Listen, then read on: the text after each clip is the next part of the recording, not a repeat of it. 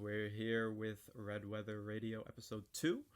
I'm Vertigo. This is my friend Beat, and we're going to get started today with a topic regarding the Confederate flag and whether or not it's offensive. It was a question asked during an interview with Donald Trump with, was it Chris Wallace on Fox News? Oh, yes, that's correct. Son of Mike Wallace, a respectable journalist. His son, a little less so, I would say. Well, we are going to get into that, I think. This is a topic that you specifically wanted to address today because of, not necessarily because of the question, but because of Trump's answer regarding the question. Well, the answer, but also the question as well. I had paused and thought, well, what a ridiculous question to ask if something is quote-unquote offensive. Offense is in the eye of the beholder. Quite literally anything can be offensive. It just depends on who was taking offense. It was just such a ridiculous question, but I think Trump handled it quite well, all things considered. Let's not get too far ahead of ourselves. What was the specific question? I believe it was, and I quote, is the Confederate flag offensive? Okay. And then Trump's response to it?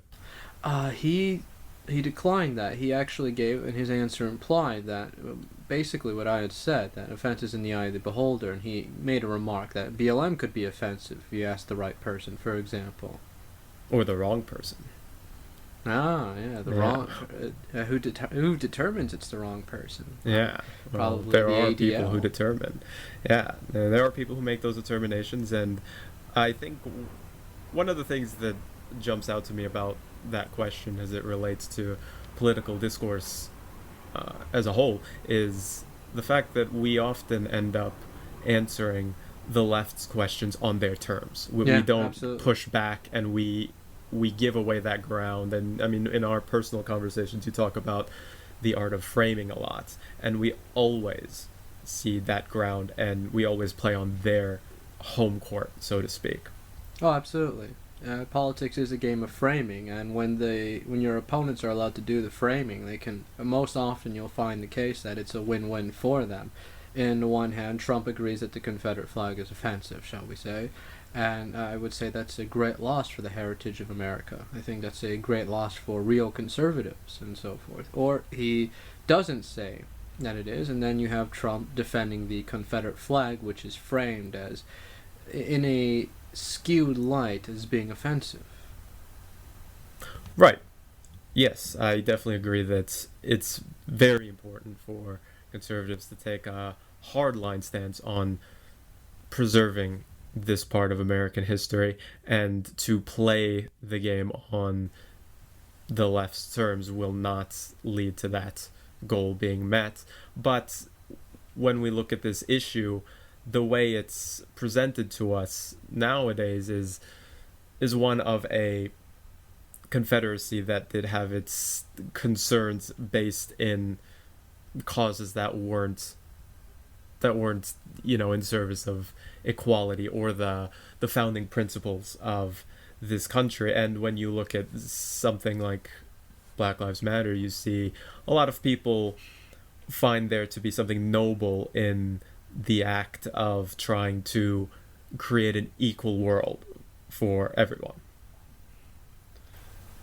Well, the high-minded ideal an equal world, while I don't have much concerns for equality, and all things considered, equality is an antithesis to the conservative worldview, in fact, which is rigidly hierarchical and adheres to hierarchy. Okay, let me stop you there, because just you saying that you don't really care for the idea of equality and that it's antithetical to the conservative worldview. In the eyes of God. Well, just you saying that it's antithetical to the conservative worldview, that's going to get so much blowback. If you were a public figure, your career could end just off of those words. Equality is a sacred word. It's scripture. What does it in even a lot mean? Of ways. Well, it means to people who subscribe to it that everybody is supposed to have the exact same, whether it be opportunity or outcome, and there are just a group nonsense. of people.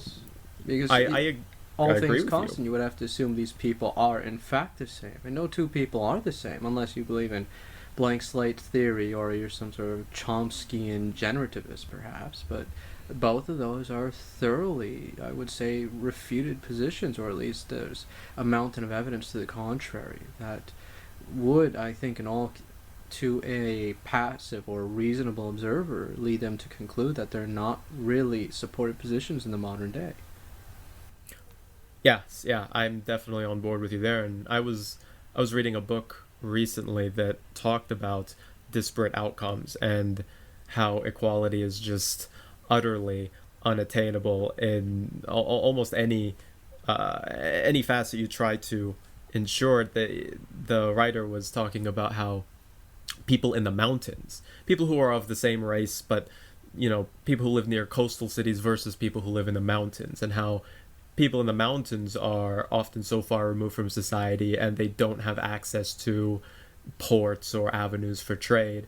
And so, by no fault of their own shortcomings or their lack of intelligence, they're just less prosperous because there No. just aren't as many avenues for them to be able to thrive, as opposed to people who live near bodies of water where they can communicate and interact with the rest of the Yes, world. absolutely. Being an international hub, that's why one of the most, or one of the earliest civilizations that was advanced was Crete, which was located in the middle of the Mediterranean, in between the Bronze, or in the center of the Bronze Age, or Bronze Age world, that is. And a great example of what you're describing would be the Kurdish people, the mountain Persians, essentially. And they were nomadic up until last century. Yeah, yes, yeah, and another example that was given for people who shifted from prosperity to being a completely backwards country is China. At one point during I guess it was during the Middle Ages or around Europe's Dark Ages. I don't remember the The years Ming exactly. Dynasty. The dynasty, yeah, the Yes, Ming the dynasty. Dynasty. Yeah, the Ming Dynasty. They had a lot of technological advancement, but there was a point in time when they decided to close off their borders and to become isolationist.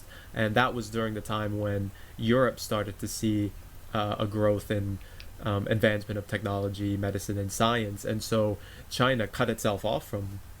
Well, I would have to be a bit of a contrarian here. I think that's the Sakoku of Japan. I don't recall China ever secluding itself. In fact, it was always quite a desirable trading partner through with the European countries. That's why they explored westwards and encountered the Americas. They were trying to explore different trade routes to China after the Byzantines had fallen to the Ottoman Empire and the Silk Roads were gouging Europeans quite heavily.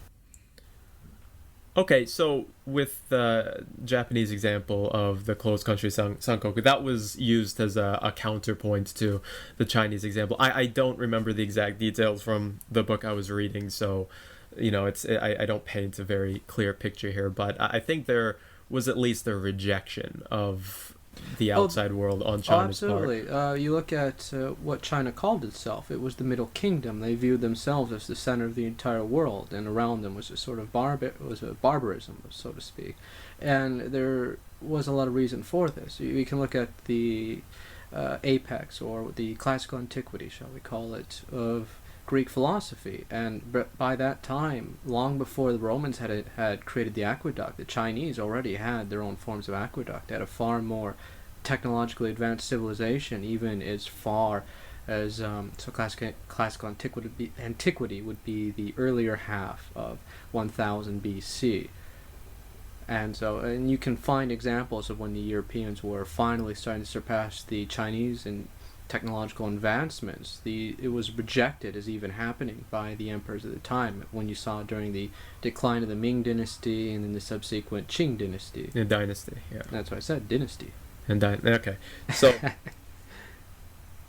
China, they went through that radical change where they were kind of the center of the world when it came to development, and just series of decisions made by their leadership led to them turning into a backwards country until, yeah, Well, hundreds of years leadership, later. yes, but it was a lot of corruption. Society really kind of slowed down, and it's hard to pinpoint any single event. It was always seen as a sort of momentum. They had these heavenly mandates, and when things would start to go bad, they would have a sort of uprising or a string of revolutions because that dynasty had lost its legitimacy, and they'd overthrow it and replace it with a new one.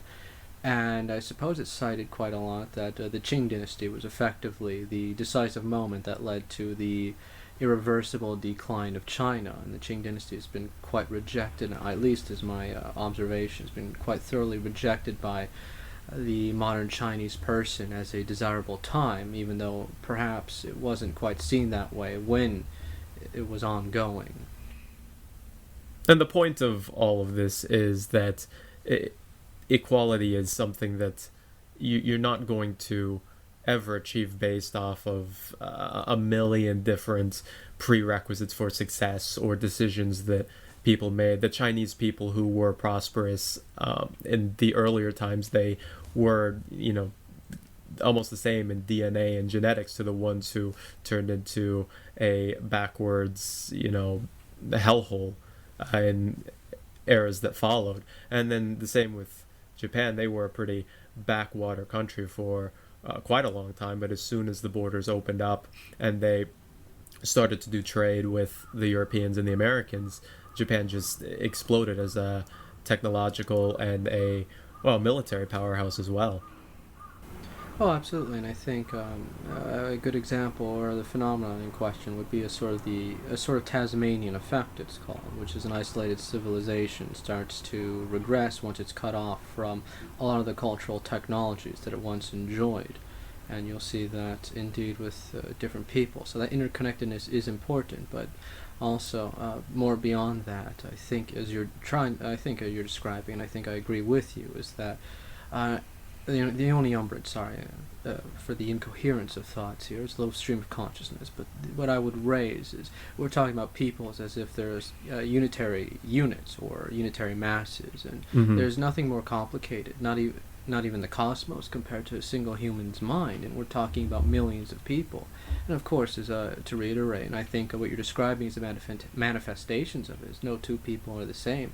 And of course, environment is also an influence on that, and that's why it's important or it's useful to cite geographical locations, different and diverse geographical locations and their influences on different peoples, and seeing how they can have radically different outcomes just in different times, sometimes wildly successful, sometimes declined into poverty and backwardsness, as you describe. And for a lot of BLM activists or activists on the left, they would take everything that we just said and reject it out of hand. And if you're going to argue this kind of point, it does take a lot of information. Some of the historical information I didn't have on me, so it kind of made me unable to paint the clear picture that I wanted to. But if you were going to take this argument, what we just said here, and kind of package it for consumption by somebody working with BLM, what would be the crux of your argument? Well, What would you somebody, say to get if to they're them? they've thoroughly bought into the whole dogma of BLM, and I would call it a dogma at this point. That's why they keep going up to people and demanding them to recite the mantras and such. But I don't think you could thoroughly convince them, no matter what information you presented before them. And why I think this is, at least when you're talking to communists, they always find some bizarre fringe example that really doesn't have much applicability or much connection to what's being discussed, but you can cite countless different failures of communism. Well, Stalin was actually a right-wing dictator, and that's why it failed. Or what about the Paris Commune? Or what about Black Ukraine? Or what about the anarchists in the Spanish America? Oh, sorry, not Spanish American, the Spanish Civil War. They always find some Sure. fringe example. Or what about this commune in some part of India? I can't recall the name of it at the moment. Well, this seems to be quite successful. Therefore, there's no reason communism can't work. Okay, so the application in, offensive terms towards the BLM narrative, I agree. I was hoping that you would have something that would, you give me a little bit of hope, but I would probably agree that they wouldn't listen to you anyway. So on the other side of this argument, when we look at defending something like Robert E. Lee's statue or the Confederate flag, what would you advise people Well, I do think there are a in lot order of to preserve that? Well, I think there are a lot of open-minded people, and there are a lot of people who are very receptive. Of course, no, I don't. It's very rare that it operates quite like a light switch, where you can simply convince them over a single conversation. It's very gradual, and I think you give the little seeds of someone to be a little more open-minded, or at least to, and that's what I've tried to do. At least have people understand that not everybody who views the A and V battle flag, that is the stars and bars, in a favorable light, is some white hood wearing maniac, so to speak. I think that's a good start, and trying to present coherent and cogent points that are factual, and you can back it up with primary sources, or you can cite literature, which is thoroughly sourced, is very useful too. Unfortunately, not many are able to do that. That's true. I'm one of those people who are oftentimes not able to do that. If you're caught in a pinch and you don't have those resources on hand, what are some facts that you use in order to turn the argument maybe more in your favor? So Robert E. Lee inherited slaves, and he released his slaves. And at the time he was fighting the Union General Grant, Robert E. Lee didn't have slaves, but Grant did. Is one of the greater ironies. General Johnston was also opposed to slavery. He was one of the last Confederate generals to surrender. Another Confederate general, and was a Native American, for goodness sakes. That was Stan Wattier.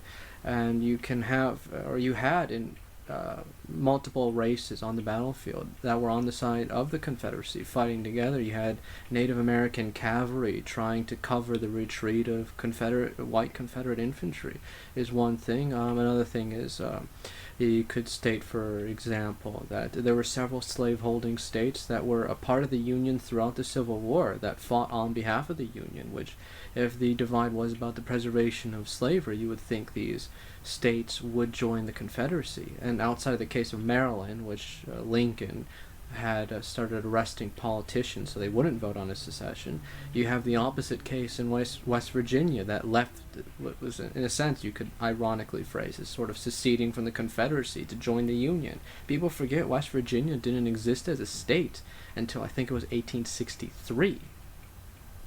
And it still preserved slavery until after the Civil War. The 13th Amendment was not passed until ratified almost a year after Lincoln was assassinated. They had the whole, no slave-holding states in the Union, except for the four or so. It might have been more than four. Well, at least four that I mentioned. And they still, throughout the whole Civil War, did not pass an equivalent to the 13th Amendment. In fact, they had tried a few times and failed.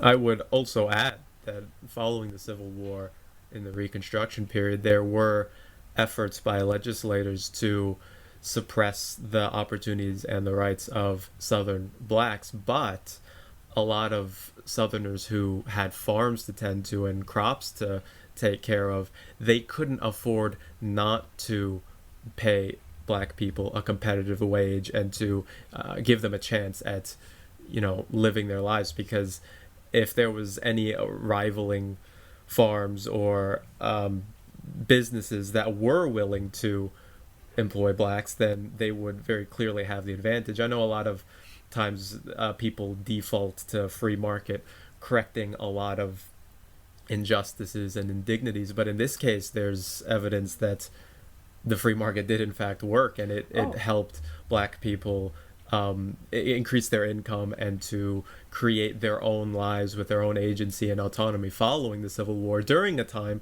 that most people consider to be one of the most racist times in human history, because the South was so heartbroken after losing the Civil War. They were desperate to save face or to reclaim a part of their lost dignity by oppressing black people, but that just wasn't that had to the deal case. with. There's a lot of different things I would like to broach regarding that. The first is, I think you hinted at it a little bit with the success of the markets, is that slavery was a doomed institution. There was an economics professor I once had who had made a not really controversial statement that he was able to back up quite thoroughly, that slavery is an outmoded institution, that it would never have survived into the modern era. And Mm-hmm. one student got particularly emotional over that and was almost took offense to the idea that slavery could not exist in the modern era. And I suppose it's based off these notions that if the North hadn't won, to this day the South would have slaves, which is almost a laughable idea. Yeah. Well, at least to clarify semantics, it would be a chattel slavery is the term I hear used. Now, because then you can have different types of slavery or informal types of slavery, which do exist still. It could argue to still exist. I don't quite agree, or I think it's much more controversial than that. But I get where I get the premises at least, and one of the reasons, and I'll address the other point about the post-war era in a moment. But one of the reasons you'll say is in the North at the time you could have in your factories an employee that's given a very tiny wage, but his own health care is his own problem. For example, if he drops dead or if he doesn't Mm-hmm. work, that's not your issue. You just hire somebody else. Or if something happens to him, well, you just hire somebody else.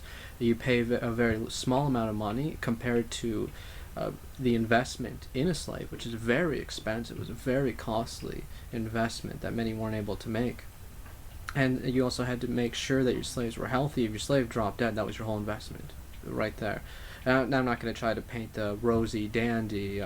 They treated it like their cars, which means they treated their slaves like, how you would a Lamborghini or what have you. That wasn't the case either. But what I'm trying to get at is the cost effectiveness of it, where again you can cycle out the labor at any point, and that cyclability is far more cost effective and advantageous than having slaves who also will in complex projects sabotage those projects, as you saw even with cotton, which is very difficult to sabotage. They found ways to do that, whereas the wage laborer, as it is, would have no incentive to do that.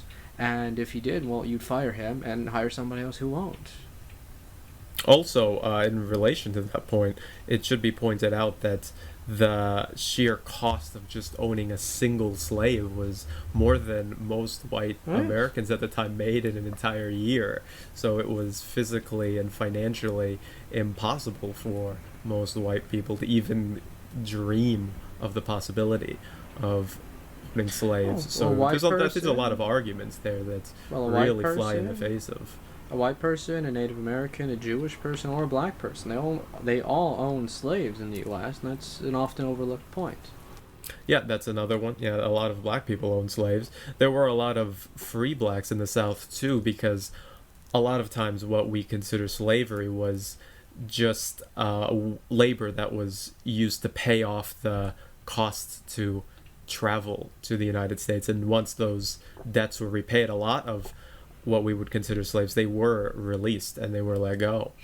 And a lot of white people suffered through that kind of, we guess we call it indentured servitude. The Irish are an example that are often cited as having to work basically in slave-like conditions in order to pay off debts or Oh, so that's just what I was as describing in the slaves. factories in the North that was occurring. Was concurrent with slavery in the South. These and the conditions I described, while cost effective, were also quite horrifying, because these companies aren't covering your food, they aren't covering your medical expenses, and once you're worn out, you're discarded. And what do you do then? Exactly. Yeah. And I think, if you're looking for a way to, clap back at the Clap back. narrative Jeez, of I of will. of, Such of BLM. You want me to cut that one? No, don't cut it. But what slurs am I allowed to use to describe that? You could use it. You can say anything you like. I won't censor you, but I know that you're gonna censor yourself, so it doesn't matter. Well, it's certainly a very fruity term, to put it mildly. Well, this I'm a man of my times. So anyway, you can use. But you are a millennial. Yeah. Oh, come on, come on. Anyway, you can use these facts that are. These are the easy ones to probably verify in books or online. There's still resources you can visit online that will tell you that this was the case. So it's not a lost argument, and I would advise against just saying, yeah, you're right, or I don't get political, Absolutely. and letting it slide. I think now's the time where we've done that enough and No, we're paying the absolutely. price for it. It's time to say, well, that's not how it worked out. Really, there's a lot more nuance than you're ascribing to the Confederacy and Absolutely. to slavery Evil as a whole. thrives when good men stay their hands, I would say. Yes, Absolutely. yes, And the other point I'll address very quickly about the post-war era is that the political rights of everybody involved in the Confederacy in any respect whatsoever, whether they just had bonds or if they were actually conscripted in any capacity or had any tangible involvement with the government, they weren't even allowed to vote. And so the how do I say, the free blacks were seen as a sort of alien entity operating on behalf of a hostile North that had invaded the South, and so the only thing, and I don't try to justify it, but the natural consequence of something of that sort, such a mass disenfranchisement, and then a sort of Manchurian candidate, or well, they're not a foreign entity, but an entity acting on behalf of a foreign or a perceived foreign entity as well, is unfortunately a terrorism. It's the how do I say, the breeding grounds for terrorism. There's no other way to really have seen that played out. It was quite obvious from the beginning that, of course, they're going to try to further their own political interests, and the only way, because they have been completely removed from the civil system, is through external means. And tragically, that means, as you were describing earlier, a lot of what you described as oppression or terrorism and so forth. funny that a terrorist organization like Black Lives Matter, wouldn't see the value in that they wouldn't look Oh, at they that would, and absolutely. They would proclaim something similar, that the system has failed them, and therefore they are justified in acting outside of it. They would be justified in taking matters into their own hands. And unironically, or rather ironically in this sense, that's the same mindset that the Southerners had in the Reconstruction era.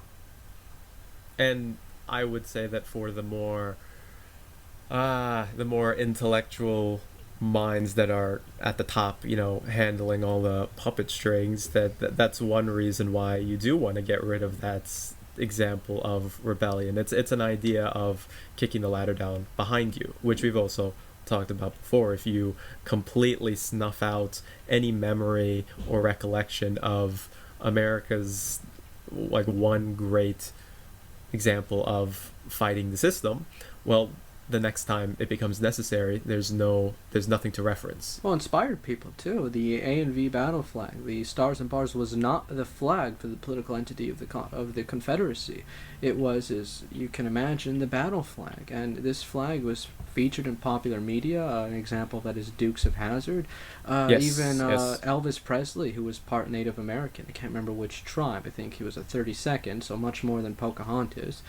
He sung Dixie. He did performances of Dixie, and this was a countercultural icon for over, or at least almost a century.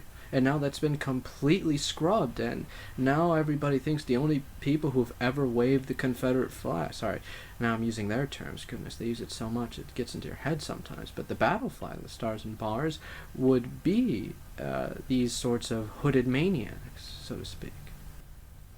Yeah, definitely. That's that's an interesting point, because another thing about the Civil War is that it left the South in such a state of miserable ruin that it never recovered from. This really is the last thing that calls back to the glorious heritage of their people. I mean, if you look at the South, it lags behind in so many different ways, and they never really recovered from the devastation that came with the Reconstruction. And you can see that today in how they lag behind in education and economics, and they're all seen as a bunch of backwards hillbilly idiots.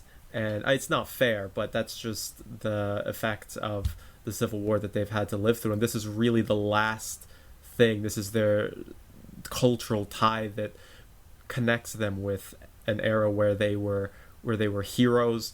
And even if they weren't liked by a lot of people, there was a level of respect for people like Stonewall Jackson, Robert E. Lee, or Jefferson Davis. So it is sad to see it be kind of burned away with all of these protests, all of this cultural heritage being torn down, which is again why it's important not to play the game on the left's playing ground, and to take a page out of Trump's book and turn these questions about racism and offensiveness, turn them back on the people who are asking them with malintent.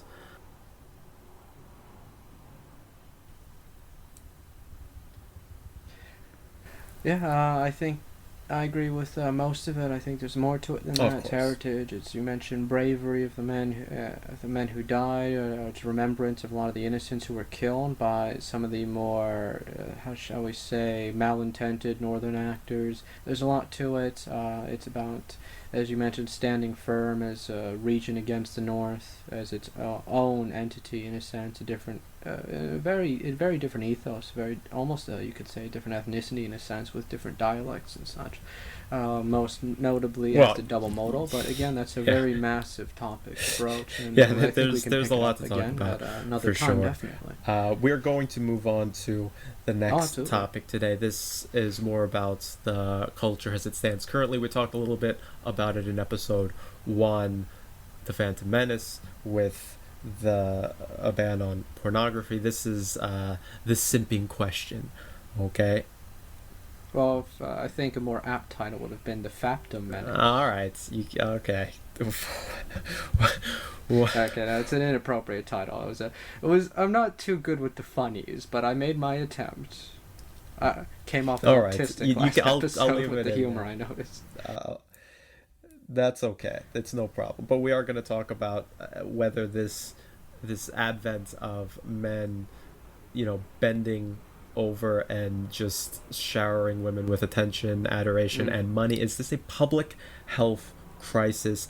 I'm going to say that it I think is. so, absolutely. What say You're you? seeing a very real degradation and decline of man in all of his most manliest pursuits and in his essence. And I think it's deeply unhealthy, both for the men and women involved.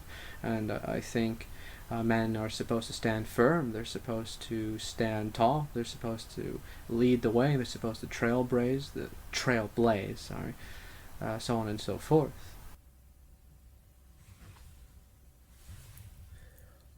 Okay, so when you say things like stand up tall, set a good example, these are kind of vague statements. Can you be more Well, they're more Christly specific? like. They're Christ-like virtues. Christ, of course, is the apex of man. I would say, in many ways, he's the prime example for all men to strive towards. But there's also other great men throughout history that men can also find variations of virtues being exemplified. One of my favorites is Józef Pilsudski. That is one of your favorites. I'm very, very familiar with your love of Kazutsky. You're a total fangirl for him, and that's great. In practical terms, what do men do to reach this standard? We're not all gonna go lead armies into battle or be statesmen, but what can people do that simps aren't doing? What examples are simps failing to uphold in Well, modern this is society? something that I observe in a lot of men, and I've tried to help some men in my immediate circles with this. And the first thing, and it's easier, it's something that's difficult to really instill. Or how do I say? You have to come to arrive at what it means yourself. But this sort of self-confidence is one of the things, and this confidence building. A lot of these men just do not have it, and so when you for example, one fellow I know, he's been suffering through a bad breakup, and I told him the only reason it hurts is because you have no hope, and hope being that he has confidence that he will be able to find another good girl out there, that he'll be able to improve himself, build upon his errors and his faults, and be able to find a nice girl in the future, and that hope, of course, is tied to his own self perception of his own capacities as a man, and he lacks it. And I would describe that as sort of lack of confidence, although confidence might be a bit of a term of convenience for a broad array of different emotions, perceptions, and the like. A lot of people say that. I don't know if people really know what that means. One area where I would say that this is becoming an extreme problem is that it fosters a dependent populace of men. And I mean, that alone shows that there Yeah. are a lot of guys who don't have any form of confidence. They can't rely on themselves to get through the Yeah, they days have without, arrogance, not you know, confidence. you jumping all over these girls' Twitters and into their DMs and trying to uh, just, well, simp to them. Oh yes, and that brings me to another masculine virtue, which would be a self-restraint, temperance. They lack that as well. They can't control themselves.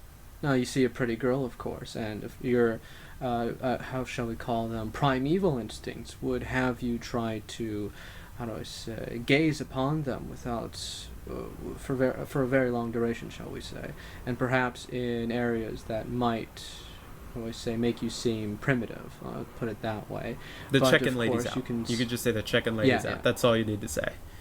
for a very Well, I long mean, time at 30 least. seconds to say the check-in ladies out. You know, Yes, yes. That I forgot about that yeah. term. That's a good way to put it. Yes, they're checking ladies out, so to speak. But that's a very small manifestation. There's much more extreme manifestations, and those, of course, being there's one story I heard of a gentleman who asked a girl for her contact detail, and she said no. He just started begging her, please, please, please, can you give me? She had utter contempt for him at that point, and you see a similar manifestation of a lack of temperance in these simps, as we call them.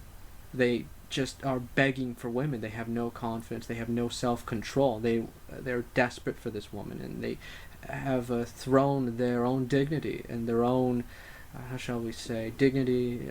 Honor is a bit of an outmoded term, but for lack of a better term, honor just out into the wind in some desperate, myopic, unreasoned, irrational hope that begging this woman Okay, is and somehow there's going to one win her point over. related to that that I really gotta address. If you are depending on women at all in any sense for validation or to make yourself feel better, you're a simp. That's just straight up. There are degrees of it, all right? And then if you get to Oh, a yes. higher degree where it's more severe, you're gonna see guys dumping their bank accounts into women's PayPals and things like that. And that's another It's problem. terrible. If you just get past the problem at its face value with, guys giving money to strangers, basically, they're also stripping away their future. They're not going to be able to live autonomously with all the thousands of dollars that they're basically giving away. Yes, this is why I say millennials are bad with money. Well, okay, fine, millennials are bad with money, but it doesn't it's not just millennials anymore. Yeah, it's true. It's true. I think millennials are the main not instigators, shall we say, but the main perpetrators of this. At least at present, I hope it Oh, remains okay, that way. so I hope my the, generation the doesn't thing join is, in. I don't agree that you can isolate this to just millennials, because millennials are going to be the example that everybody who follows the generation also follows. So the Zoomers are going to see what the millennials are doing, and not all of them will, but there's going to be a chunk of Zoomer guys who think, okay, well, that's what Big Brother's doing. That's what the people on the TV are advocating for. So I think it Oh, might yes. be a little bit dangerous to just say it's a millennial problem, because it's going to very quickly become everybody else's problem. Well, I understand your point. I understand your point. I think this is similar to a lot of early Gen Xers who are kind of boomers in sentiment. Even though they're not boomers, they act out all the They're tropes, getting you there. could say. They're getting there. They act out a lot of tropes, but of course this isn't the bulk of Generation X, you could say, and it still remains, or a lot of the behaviorisms, mannerisms, and ethos of the boomer, so to speak, The boomer. archetypical boomer, shall we call it, is, yeah, the ethos of the boomer, the sentiment of the boomer, the essence of the boomer is still generally, and I think so, with a fair degree of accuracy, delegated or but imposed upon the boomer generation. Of course, there's a lot of boomers who don't typify it, and there's a lot of Gen Xers who typify it, and there are even some Zoomers who, in sentiment, typify the boomer. Look at Turning Point USA. Practically, well, with the well, 20-year-old we could talk about boomers Turning in Point suits. USA. I love that. I'm sure there's a lot. There's a lot to say about that. Shout out to Nick That's a big Fuentes, topic in itself. I guess, and the Groypers.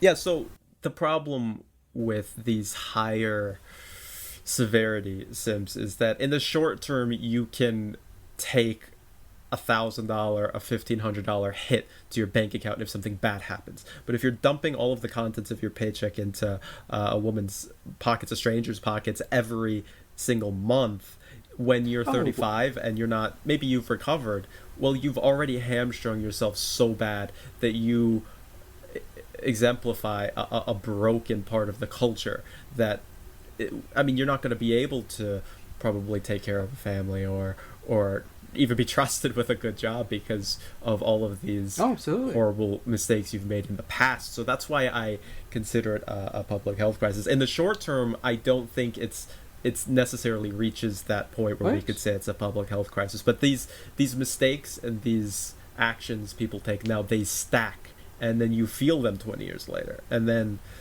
that's when things get really bad. Why is that lack of temperance? One of its manifestation is this simping, but it's also this. How shall I say? How shall I describe it? This uncontrolled consumption of brand name products, and it's also who could forget the Funko Pops and such. Oh, I know you They're love just the Funko Pops. oh jeez, the Funko Pops are. I never understood them. They're the worst. Homogenized, corporate branded goodies going for $20 a pop. Ah, jeez. And I can't find any utility in owning them either. But everyone has Wait a them. minute, When is I there visit- is there a Funko Pop that you would own if you saw it? It's actually, I really like that show. I really like that movie. I'm gonna get that one. There's the only ones I would own. I don't think I'm allowed to say. Well, say it, and if you're not allowed to say it, I'll cut it out. Oh well. Oh, when can we expect our George Floyd Funko Pops? Oh, yeah, I'd buy those too. Well, they had the ones with the healthcare workers that went to charity. Remember those ones? Those ones were pretty fun. Jeez. Well, they actually do have a lot of George Floyd merchandise. I've seen George Floyd throw pillows George and Floyd so forth. branded A lot of people are fentanyl? trying to cash in on them. Hey, is it drug free? I think almost 2 months now. Yeah. Oh, all right. So let's get back on. Yeah, Yeah, let's get back on the we're getting too topic here spicy. because I wanted to ask you. Simping is generally seen as Yes. a man's vice. It's a man's problem. It's a problem of Oh, masculinity. absolutely. But wait a minute. There, Wait a minute. What role do women play in simping? Well, it does have a lot of negative influences on women as well. However, the female simp is real, but they're very rare. And there's some cultural examples of that, where you do have some women who will try to buy the company of Well, another I man. meant It's a phenomenon I meant abroad, predominantly but, that this is a man's issue, but yes, there yes, is. I just wanted to give that disclaimer. Is for some reason this is sort of the modern mindset about returning to equality, where there's always anything that happens to men, you can just flip it, and the exact thing is happening to female. And of course, men and women, any conservative would tell you, are inherently Well, different. They are not the same. This doesn't I'm mean talking one is about inferior or superior the either. These the women who encourage this and who make their careers off of preying off yes. of these guys. it's very So predatory. what role and- do they play sorry. in this? I'm Do a they little long-winded deserve in my any of answers. the responsibility, the blowback, the punishment? I don't know how you would punish such a thing. I mean, Oh, you could say they're absolutely. punishing themselves, but It's an industry. As an industry or profession, it is based. Its success financially, its solvency is based in the facilitation and incentivization of the worst in men, just the worst depravity that a man can experience. It's keeping them addicted. It's keeping them hooked on this impossible promise of a relationship that's never going to happen, or for this attention they're desperately craving. They don't seek it from women in their immediate circles, and which of course has negative repercussions. I can only imagine what they are for their confidence, their self-image. And of course, as you mentioned, it has financial repercussions for these men. I can only think it's just an ocean of different negative influences that they prey upon these men for. And these men, I would say, they do need help. They are indeed in almost akin to a whale in those sorts of gotcha games, those mobile right, apps. yeah, the Where microtransactions. they're just oh yes, their bank accounts are being drained. This is monopolizing their time. They could be using it productively. They could be building something. They could be training themselves, developing. They could be a skill, subscribing to putting Red Weather money Radio. aside. Well, they could be subscribing to us. Getting how do I say, broadening their horizons intellectually, becoming cultured. And Red Weather Radio is one avenue for that. There's our obligatory shilling. That was. Yeah, I'm all about chilling my stuff. Oh, yeah, absolutely. Well, that's we have our confidence in what we are able to present, and I think there's something valuable that we are able to add to. I would say a lot of people who would potentially be listeners of this program. I think there's a lot of information out there that a lot of people don't know, and I think a lot of this I didn't know. I would have liked to have known when I was a little bit younger. I'm still young, although I'm elder at heart. No, you're kind of an old guy now. I don't really consider you young anymore. My heart of hearts. That ship sailed a long time ago. My heart of hearts. I would describe you as my young friend a long time ago, but now it's like my old friend. Oh. He's an old guy now. Well, I guess I fit the part then. I certainly. Yeah. Yeah. Yeah, you do. Let me jump to this point here. So we're talking about how this is affecting men and women. What women are usually seen as the winners in this because they get to take home the bank, and they don't really have to provide a service or any products or anything. They just get to, send messages out, I guess, little video messages, and they get to drop $2,000 in their bank account monthly for the particularly successful ones. But where are these people, both sides, the men and women, where are they going to be in 10 years? We're saying that probably the average age of both groups is probably in their mid-20s. I would say late 20s at this assume. point. They're millennials after all. Well, the girls, I mean, late 20s, you're already... Most people a lot of them are. How old is that Alinity? I have no idea. I think she's, 28 or something around that? Okay, well, fine. Let's say age 23 to 28. Can we say that? All right. So where do these people end up in 10 years? Sure, the women are going to make out like bandits in the short term. They're going to get the money. And the guys, well, I don't know what they get. They don't really get anything. I guess they get the comfort of knowing that somebody halfway acknowledged their presence in the form of a bank statement. I don't know. But where do we end up in 10 years? And why does this become worse as a public health crisis in 10 years? Because I would say it only gets worse from here absolutely. if nothing is done. So I suppose I'll start with the women. It's very different effects or very different consequences for the both of them. And for the women involved, well, I think a good example would be that iDubbbz' girlfriend, for example. She started doing that OnlyFans, and they do make a lot of money in it. But they're also, from my observations, they're not very... what's the word I'm looking for? Wise with their monetary investments either. They tend to spend it on a lot of expensive items. And males who are successful on the internet as well have a lot of tragic examples of blowing their money while they had it, and then once it dries up, they end up being broke without any skills and nothing to put on a resume. What do you think is going to last forever? Oh, yeah, they're very myopic. They're caught in the moment, and it seems as though it really will. I think another example of that was that Dark Side Phil. He really thought that his early 20-teens money was going to last forever, and he was making a lot of that, and now he's constantly reduced to begging for money on streams. An even worse example would be that Wings of Redemption. Yeah, I know it's called on the same wavelength as always. He really ended up poorly because he bought several vehicles with his money and was showing them off. The money dried up, and now he's sort of stuck in his own little hell in a way, where he has to do what he hates because he's that desperate for whatever little change left he can extract, which is unfortunately extracted at people wanting to see his misery more often than not. Yeah, it's a terrible place to be. It's a horrible, sad situation. But as for the women, of course, it won't last forever either. Men tend to be attracted to younger women. A lot of these women who are in these sorts of industries, they're not doing this into their 40s. I can't think of any examples of women who are even beyond their mid-30s who are in this industry, I think.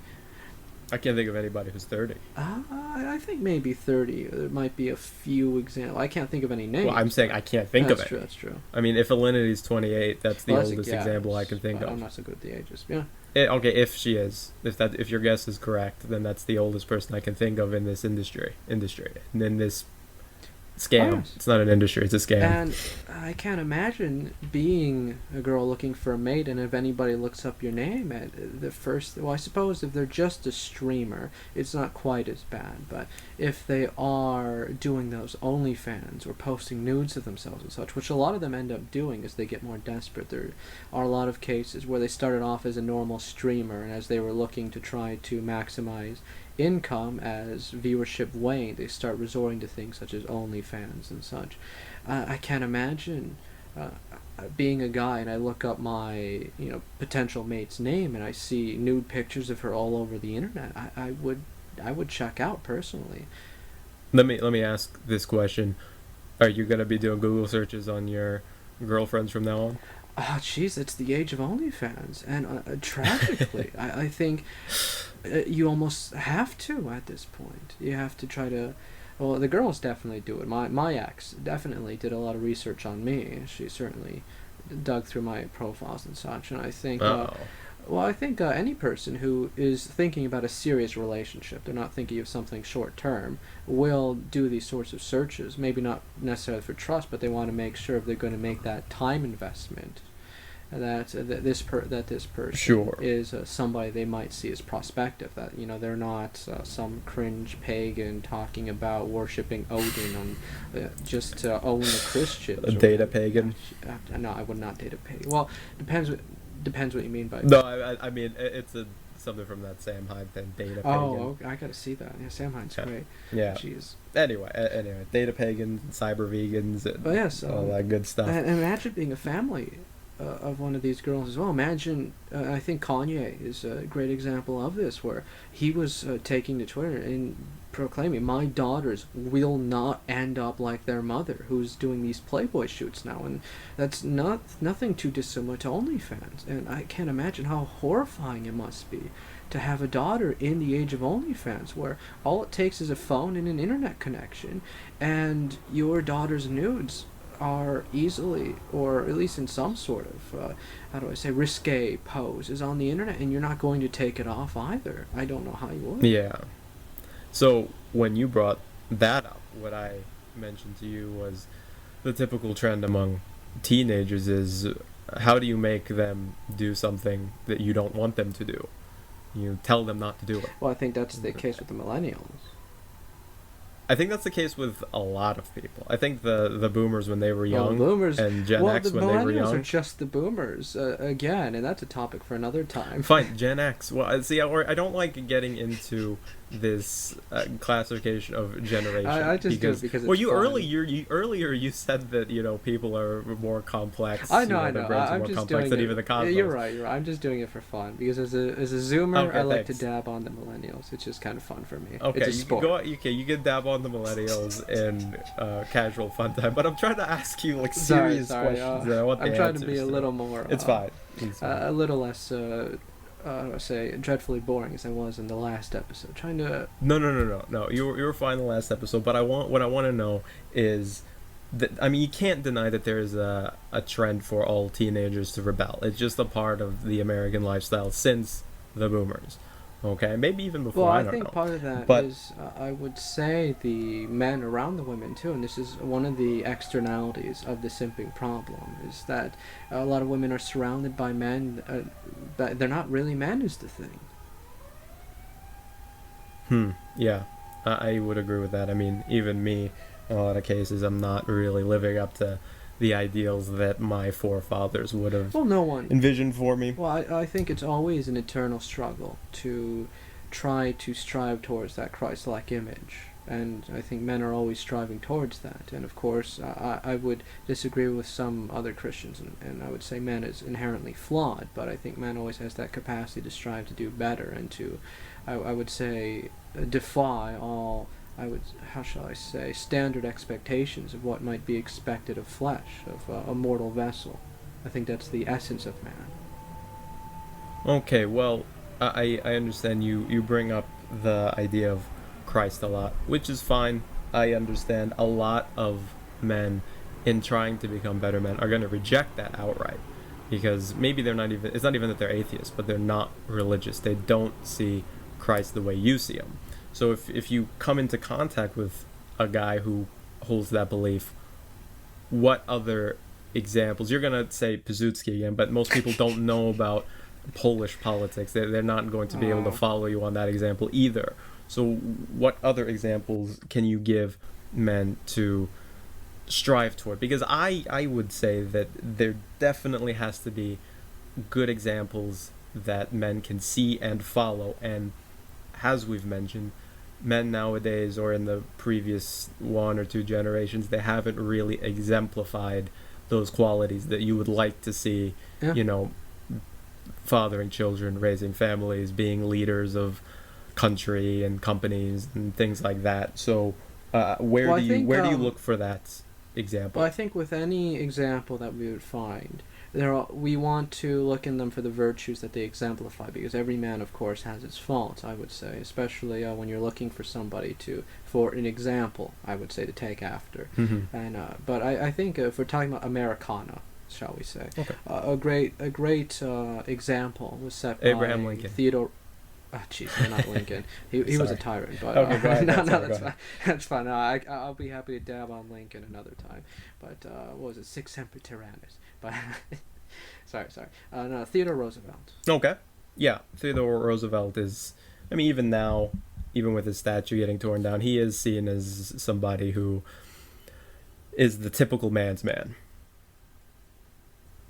Yeah, he was a boxer. He was a man's man. He was with the Rough Riders in the Spanish-American War, and he did that. You can look into his history about that. How when he felt betrayed by the Republican Party, he didn't just kvetch about it. He actually went and started an actual third party that was quite formidable. It did pull, how is it, far greater than any third party has since, I think, Ross Perot. And I think he pulled better as the Bull Moose Party. And when he was president, he got a lot of very serious action done. He got the national park system, what was his, the antitrust movements, among other very serious cultural, the cultural shifts that I think were quite No, good. yeah, Theodore Roosevelt is a good example, and you're saying that he's a man of action. Yeah, a man, and I think that relates earlier. You were saying a lot of simps are defined or have their self-worth defined by the women they're with. The women they but want I to be think a with. man, or a man ought, and yeah, especially in their case, but men, I think, should be or seek their value in the fruits of their actions, what they're able to produce, what they're able to do, be doers as Christ was. Christ didn't simply speak; he did. For a lot of guys nowadays, the ideal has been that's been pushed forward is one of pleasure. It's drugs, sex, having a good time with the boys, and a lot of people would consider that to be action, and the fruits of that action are the good times that follows. And to tell them to adhere to somebody else's standards, well, you're just some old man, you're an old timer, you're out of touch, you don't know what's going on, you're I not guess cool. those Gen Ayers You're are going to not. be on my case then. Those Gen Ayers might be on your case. Well, I don't know how Gen A is gonna shake. I think they have more serious problems that we can talk about another time. They've spent their entire lives in the bubble of technology. I didn't. My early childhood was spent with very little technology, and I think that was good for me. Well, I think, yeah, absolutely. And some of my worst years, when I was at my worst, absolutely, was when I was in a bubble of technology and I was just on computers day in, day out. It was almost Yeah. living on the internet in a sense. Absolutely. Well, I mean, Gen A grew up knowing nothing else, so we can talk about them later. But for those people who reject your ideal of a good man and say a good man is like Mick Jagger, who was a rock star, he was an artist. He capitalized on the fruits of his labor, songwriter, singer, performer, and he got lots of girls, lots of drugs, lots of fun, living that rock star lifestyle. How do you get people to I break don't know away who from that that? is. Mick Jagger's the Rolling Stones lead man. He's the lead singer of the Rolling Stones. I only know the magazine. No, the band. I don't know the Oh band. my god, it's a rock band. It doesn't matter who the band is. The point is they're a rock band, and they, Well, I suppose, and with that, you'll find that a lot of these rock singers tend to have very tragic outcomes, and they tend not to, well, not necessarily. I don't know a lot about rock. I don't listen to a lot of rock, is the thing, but I would, so I can only offer speculation, but I don't think a lot of them have very happy endings. They tend to suffer from a lot of problems. They suffer in their later lives from a lot of issues with addiction. One case I do know, I suppose, was that Prince the singer. the and he did artist become a formerly known as Christian. Prince. Wait, did he change that? Go ahead. Yes, he became a Christian later on, and he had a great or indescribable regret for a lot of his lyrics, a lot of his antics, shall we call them, from his younger years. And when he would do renditions of some of his more popular songs, he would perform them, but he would omit some of the lyrics. He wouldn't sing them anymore. And so I think that's an example of a sort of turnaround, but not all of them have that. A lot of them end up in very dire straits or very tragic situations in rehab or with other issues of addictions that are well publicized and so forth. Okay, and to that point, many would say it's better to burn out than fade away. You go out on top, you go out living the life, having fun, doing what you want to do, living on your own terms. These are things that a lot of people, millennials even, would say. Before millennials, too, Gen X was also a big proponent of following like the rock star lifestyle and living it up. So what would you say to that? People who say it's better to burn out than fade away. You live and die on your own terms, and you have a good life by feeling good and having good times. There's so much to say about that. First of all, this is of course based, as you describe, in a sort of atheistic worldview where there is no afterlife. That's, of course, there's that end. You burn out or you fade away, which is referring to the end, but that's it's only a beginning of sorts. As a Christian, I would say it is, and they'll find that out, unfortunately, the hard way. When they're burning in hell. So if that does tragic or purgatory, or if well, I'll tell them when I go to hell. I'll pass along the message that they could have avoided all of this. I don't think it can ever be said who will and won't go to. I think. Yes, you've mentioned that many times. Yeah, sure. The book of Matthew, I believe it is, where Christ mentions that. We'll talk about the Bible another time. Yes. Sorry, tangent. Right. But so that's part of the issue there. Another part of the issue, of course, it's very easy to, and I did this in my younger years. I used to be an atheist. To say, oh yes, I'd rather burn out while you're at that apex, while the flame is at its brightest. But once it starts, as you say, burning out, you really wish you hadn't. And in fact, you lose control. It's defined by not having control, in a sense. Men, of course, have control over their own lives, control over their own autonomy, control over their passions, their desires, and so forth, their emotions and the like. And when you're in that state, it's not fading away. I don't think Prince faded away. I think it's a very materialistic and very vacuous sort of say desire drive. That would be the type that would lead people to buy Funko Pops. To bring those back up. I know you love the Funko Pop. I'm gonna buy you a Funko Pop please don't. Of Mick Jagger and give it to you for your birthday. I don't know who that is, but it's the lead cool singer of name. the Rolling Stones. I don't know who the Rolling Stones are. Not the magazine. I could tell you who Enrico Caruso is. All right, you know what? Let's move on to the next point where we're talking about. We get back to the public health crisis here. So what I believe is that young men need to see the examples taking place in the real world in order to follow them, in order to mimic them. And everybody's fathers have failed for the most part. And so you have a large section of young people, let's say under the age of 35 right now, 18 to 35, all right, who have no good examples. And they have no point of reference for what it is to be a good man, or why to do good things, or why they should do good things. So I say it needs to be unlocked within them. There's a capacity to be a good man, but it is not inherently unlocked and ready to go at the drop of a hat, and you just say go and it just works. What do you say? See, we have the opposite view on that. You think it has to be unlocked. I think it has to be suppressed. Okay. Either externally or by one's own volition, and very often it is by one's own volition. It's not easy. The path of a man is one of how do I say that's very embittered, beset by difficulty, beset by struggle, but that struggle makes you stronger, and that strength allows you to proceed further down that road. But it's very easy. The temptations are always there. The snake or Moloch or Satan, or however you wish to define that evil. How about Baal? Or Baal, or Bel would be another one, which is an apocryphal. Let's talk about the esoterics. If you want us to get taken off the air. Okay, go anyway. Go on. But sorry, I lost my train of thought now.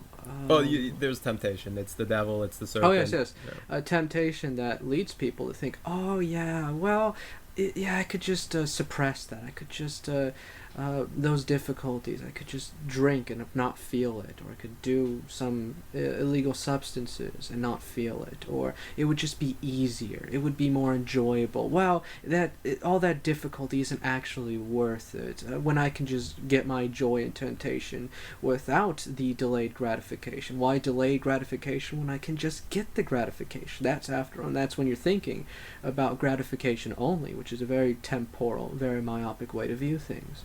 You're only thinking in terms of a gratification, and at that point you're nothing more than a hamster on a wheel, aren't you? Why have delayed gratification? Why not just go for the gratification and get as much gratification as you can get out of it? And that's why you start, and I think the essence of a man, the nature of a man and so forth has to be suppressed then, and that's why you see a lot of these unfortunately tragic cases where people become addicted to constantly suppressing their own sensations, their own perceptions, where they're getting drunk constantly, they're drinking day in, day out, or they're doing illegal substances, or they are binging on other I'm not too comfortable saying the word, but they're binging on pornography and such.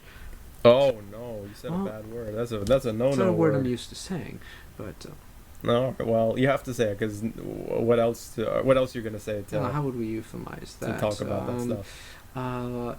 Erotic films and erotic imagery and such. Okay, well, you already Yes, said pornography, so it's fine. Go ahead. And so you do see this escape where they're binging on Netflix for 6 hours, and when you're watching television, your brain activity is almost at a standstill.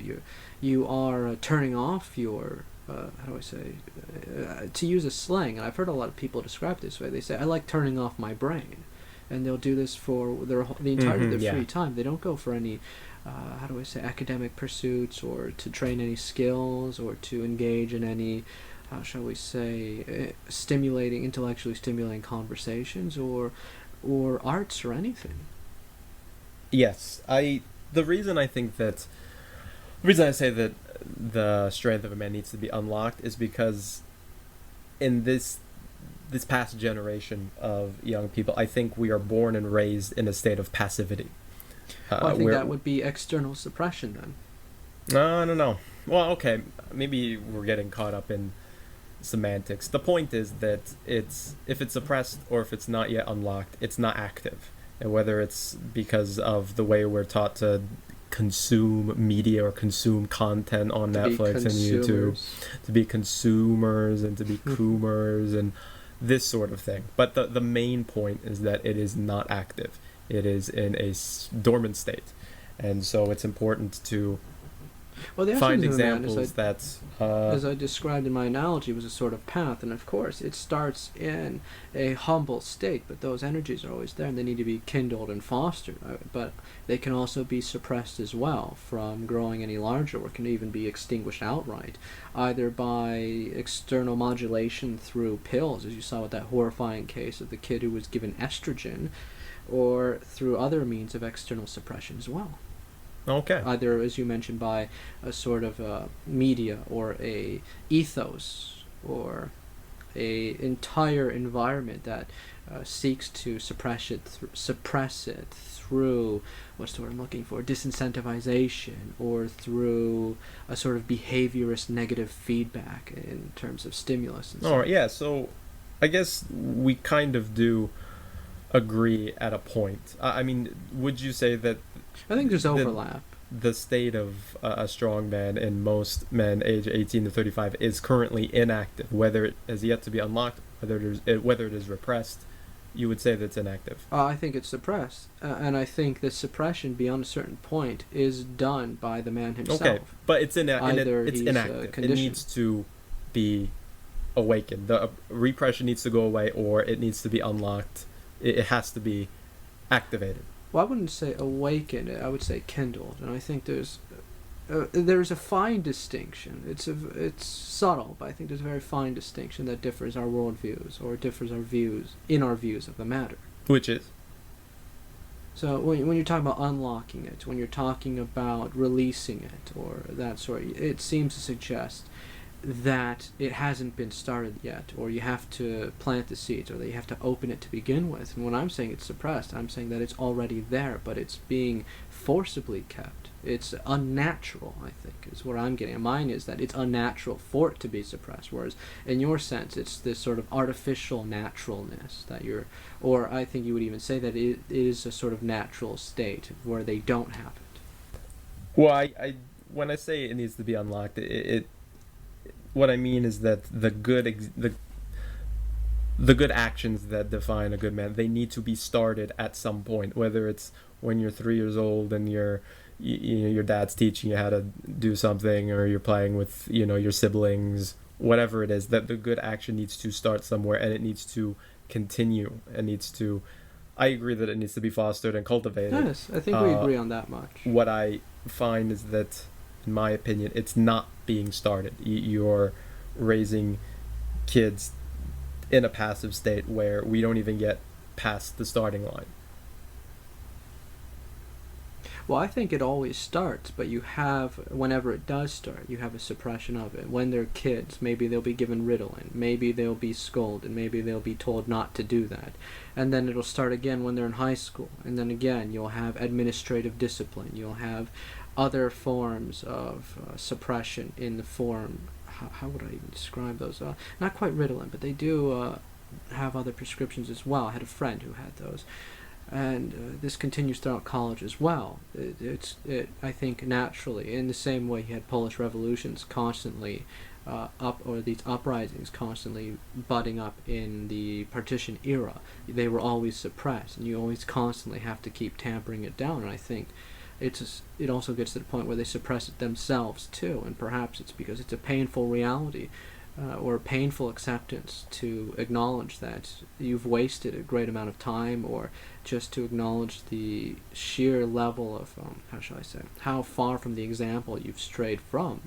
Or acknowledging, and that would also naturally lead you to embark on that path, or as you say, or release it.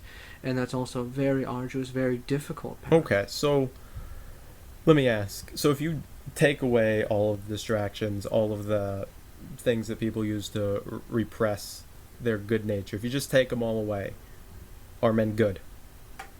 Good, I don't know if good is the right, I wouldn't use the word good. Or men, okay, nobody's good, I understand, okay. Except Christ. Okay, yes. Are men strong? If you take away all of those things and we're back at just the man, is he strong? Yes, I think the intrinsic nature of man is to sort of, embrace struggle, to try to overcome, to become stronger. I think absolutely. Okay, and in embracing struggle and in trying to overcome, if he cannot do that, if he fails, is he still strong? Well, he stands up again and tries once more. Okay, all right. I think that's very clear. It's very concise. I would say that you're a far better person to ask about these things than I am. I think you're probably. I don't know about that. I think you're probably more of an example of a good man, a strong man than I am. I don't know about that. But I appreciate your kind words. Well, let's say that you are. Leave it at that, and leave episode 2 at this. All right. Well, thank you for listening, everyone. Yeah, thank you for joining us on episode 2 of Red Weather Radio. Come back next time. We'll talk about something. I'm not sure, but we'll more topics like these: political, social, cultural. You'll find it here at Red Weather Radio. So thanks for listening, and see you next time.